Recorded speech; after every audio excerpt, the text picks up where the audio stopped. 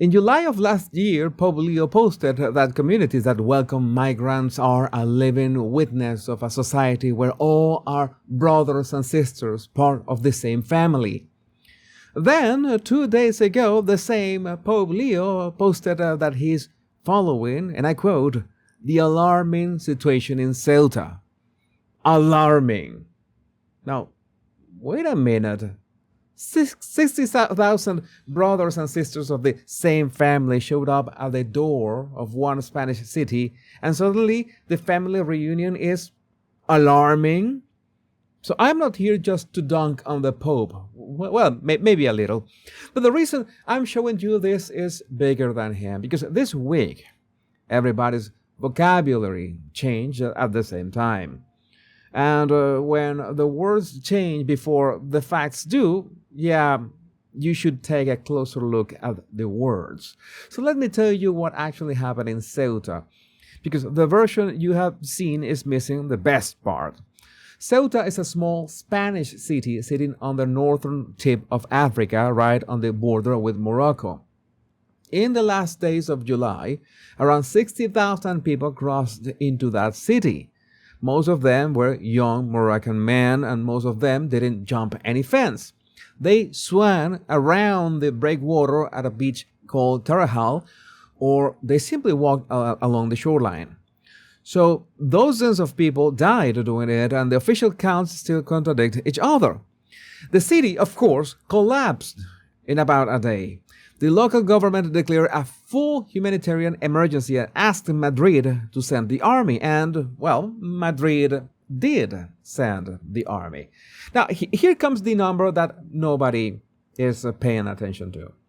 Within about 48 hours, around 48,000 of those 60,000 people turned around and, simply walked back into Morocco. No, they were not deported. Nobody dragged them back to their homeland. No, most of them went back on their own. So we're talking about 80% of a so-called invasion doing a U-turn in 2 days. And you don't risk drowning to reach European soil and then give up because dinner didn't show up. And besides, Ceuta is a dead end anyway. Without papers, you can't even board the ferry to mainland Spain. So, no, this was not a migration. This was more of a demonstration. And the message was actually the crowd. The crowd was the message that was sent. And the walk back was the signature at the bottom of the message. Now, the story that everyone on the right is running says Sanchez opened the gates on purpose. I said that myself. And believe me, nobody would enjoy that story more than me. But the paper trail says something more interesting. At the end of June, the Spanish Supreme Court ruled that Spain cannot instantly push back people who arrive by swimming. If you climb the fence, the police can still hand you straight back to Morocco. But if you arrive through the water, Spain now has to identify you and run a legal process first. And here's the part that nobody mentions. Sanchez's own government fought that case for years through 3 levels of courts, trying to keep the instant returns, and the government lost. So the court did this to Sanchez. Sanchez didn't do it to Spain. I have to say this. This is what the actual legal papers say. And the ruling doesn't ban deportations at all. It just adds a procedure before the deportation. But the problem is that is not the version that got popular. The version that got popular on TikTok, posted by the kids who made it across, was much simpler. Spain can't send you back anymore. And that version, the wrong version, moved 60,000 people in a week. So the trigger of this crisis wasn't entirely the law. The trigger was what people believed about the law. But now, okay, so if Sanchez didn't open the gates, then who did? Well, maybe you have to look at the record. In May of 2021, More than 8,000 people swam into this exact same city in 2 days because Moroccan border guards simply stepped back. Morocco was furious that Spain had quietly hospitalized the leader of the Western Sahara independence movement. So Europe called that episode blackmail, and then Europe did absolutely nothing about it. And the crisis ended in 2022 when Sanchez paid.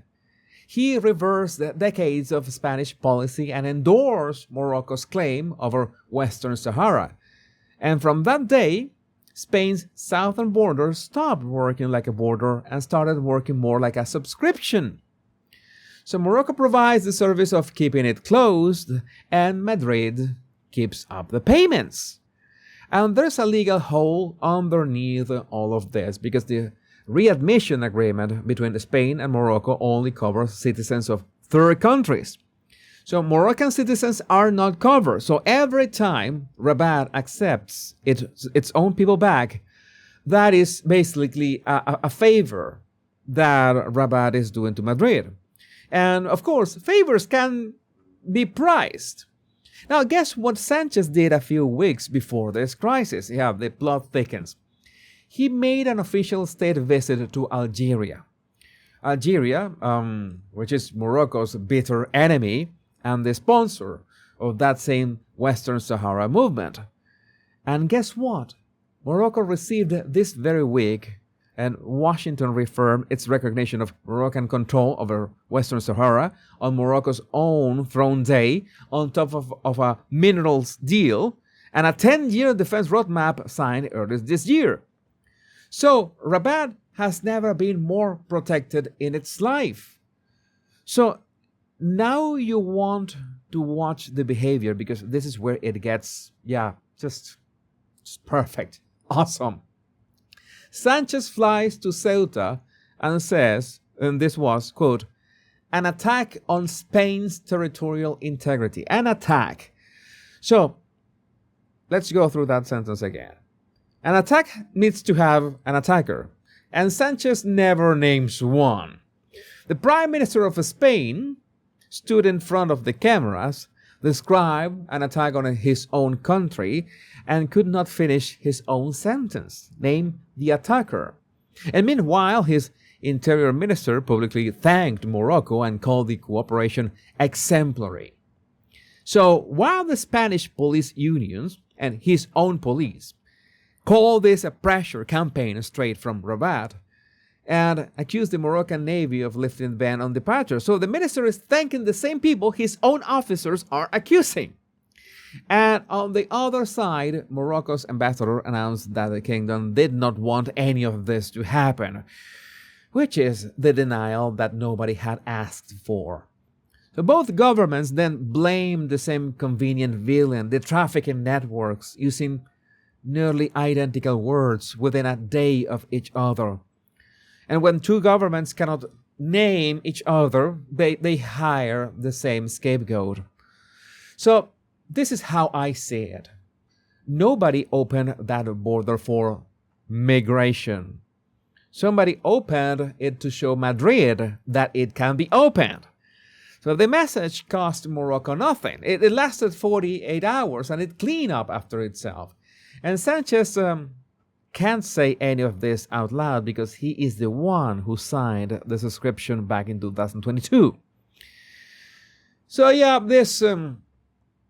this was not really an invasion. It was a demonstration. And that word, convivencia, coexistence, that he keeps sliding in, that is what a hostage sounds like when the camera is on. Now, what we should watch for next. You want to watch whether Madrid rushes a change to the immigration law, and you want to watch what Morocco quietly receives over the next 60 days.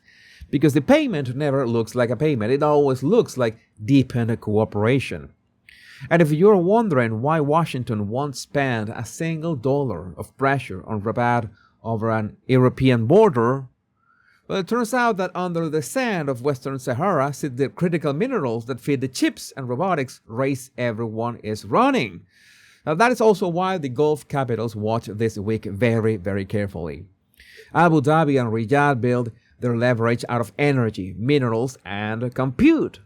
And Morocco just demonstrated that you can build leverage out of a ton of people. Yeah, it's basically the same game with a different currency. If you want my deeper analysis on geopolitics and the behavior of the people who run the world, go check my blog, The Power Pundit.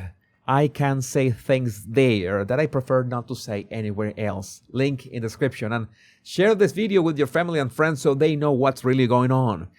My name is Jesus Enrique Rosas. I'm The Power Pundit. Much love and bliss.